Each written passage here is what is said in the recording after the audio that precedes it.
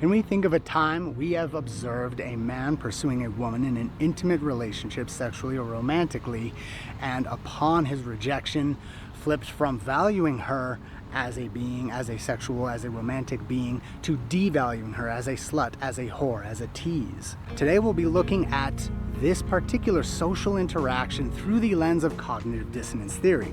Now, cognitive dissonance theory contains three components, that of which what we think and what we believe, what we do in the form of our actions and behaviors, and what we judge in our valuations and what we choose to value.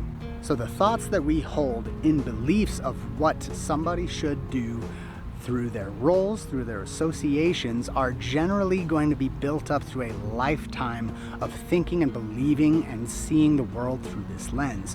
What you think and changing what you think is very difficult to do. Very similar with action. Those become habits in our choices, in our behaviors, in our routines. We call it muscle memory. Even if it is not a physical action, we can choose what we choose to engage with. We can choose to pursue somebody. We can choose to engage with somebody. Now, the last one in cognitive dissonance theory of judgment. This is measured in our valuations and our attitudes towards something. Now, in therapeutic and counseling settings, this is generally viewed as the easiest to change and the most dangerous because it does not necessarily change what we think nor how we act. Our judgments can change with how we value something very flippantly, very easily. So, a person thinking and believing that a woman is a sexual object, that a woman should be desirable, and choosing to pursue her as that, desiring her, choosing to engage.